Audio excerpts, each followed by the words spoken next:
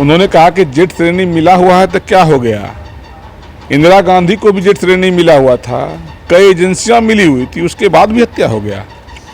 तो भारत सरकार के कैबिनेट मंत्री होते हुए पशुपति कुमार पारस जी का ऐसा बयान आना, मेरा सीधा मानना है कि आप कहीं हमारे नेता की हत्या की साजिश तो नहीं रच रहे हैं। नमस्कार, आप न्यूज फोर्नेशन देख रहे हैं। मैं हूं आपके साथ वंदना। अभी हमारे साथ बात करने के लिए हैं संजय पासवान जी, लोजपा नेता।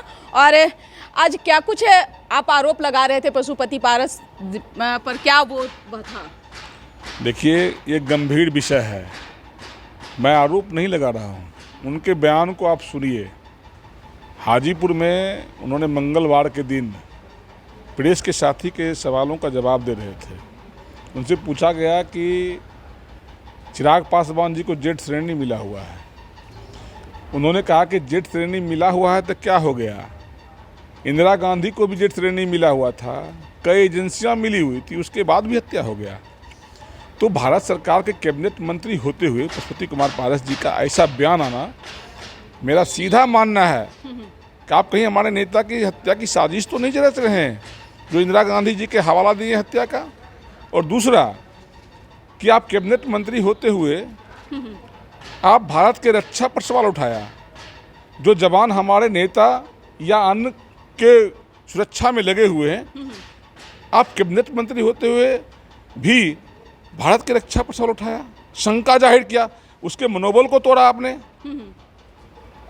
मैं सीधा मांग करता हूं माननीय गृह मंत्री जी से कि आपके द्वारा दिया गया प्रोटेक्शन हमारे नेता को मिला हुआ है और कैबिनेट मंत्री होते हुए शंका जाहिर किया है।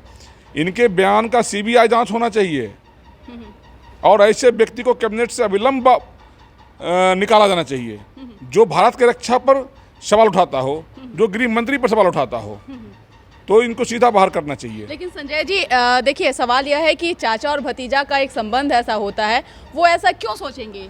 देखिए, किस आधार पे, क्या आपको लगा? कभी आपके चैनल पर ही बोले होंगे, वो खुद से बोलते हैं ना, तो हम किसी का चाचा है ना हम किसी का भतीजा है। कहने से तो नहीं होता है संजय जी ना?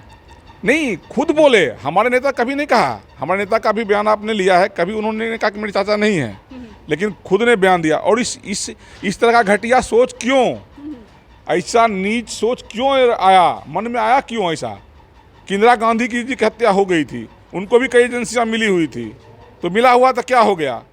निश्चित रूप से इनके बयान की जांच होनी चाहिए। तो क्या लगता है चिराग पासवान के आए दिन पॉपुलैरिटी से तो कहीं पशुपति पारस को नहीं है? हमारे नेता के बीच जनसैलाब बनकर उतर कर आता है। कोई ना कोई एजेंसी तो रिपोर्ट जरूर किया होगा भारत सरकार के कैबिनेट मंत्री, गृह मंत्री को, कि नेता चिराग पासवान जी को सुरक्षा बढ़ाया जाए।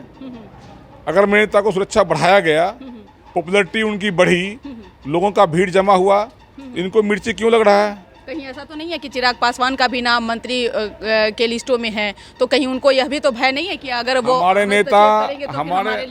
नेता को कोई शौक नहीं है मंत्री बनने का। अगर मंत्री बनना होता तो 2020 में समझौता कर लेते नीतीश कुमार जी से, और आज हमारे नेता मंत्री भी होते और हमारे 2-4 मंत्री बिहार विधानसभा में भी होते। हमारे नेता को कोई शौक नहीं है मंत्री बनने का, न उनके पार्टी के कार्यकर्ता को है। लेकिन चिराग पासवान ने तो नीतीश कुमार को लेकर कहा था ना कि हमने उनका घमंड तोड़ा है।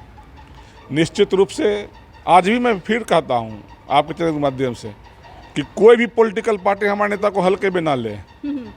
हम सड़कों पर हैं, सड़कों पर जनता के दुख दर्द को बांट रहे हैं, जनता के मूल समस्याओं को लेकर सड़क पर उतर रहे हैं। जनता के आज रोज बलात्कार, हत्या, अपहरण, लूट डकैती सरकार में हो रहा है। हम जनता के दुख दर्द में शामिल होने जाते हैं। निश्चित रूप से हमारे साथ जनता है। बहुत बहुत शुक्रिया बात करने के लिए। तो आप सुन रहे थे क्या कुछ कहना था लोजपा नेता संजय पासवान का। इन्होंने साफ साफ शब्दों में कह दिया है कि हमारे नेता यानी चिराग पासवान को कोई भी पार्टी हल्के में ना ले, नहीं तो इसका खामियाजा आगे आने वाले समय में उन्हें जरूर भुगतना पड़ेगा। देखने वाली विषय होगी कि इन दिनों जिस तरह से बिहार के मुख्यमंत्री नीतीश कुमार विपक्षी एकजुटता की पहल में लगातार जुटे हुए हैं, क्या आगे आने वाले समय में इसका असर पड़ेगा। साथ ही साथ जिस तरह से चिराग पासवान लगातार यह कहते रहे हैं कि मैं नीतीश कुमार का घमंड तोड़ता रहूंगा, ये दोनों जो बातें हैं वो क्या बिहार की जनता जो है इन सब चीज़ों से जिस तरह से आए दिन राजनीति में जो कहा जाता है, तो क्या आगे आने वाले समय में क्या कुछ होगा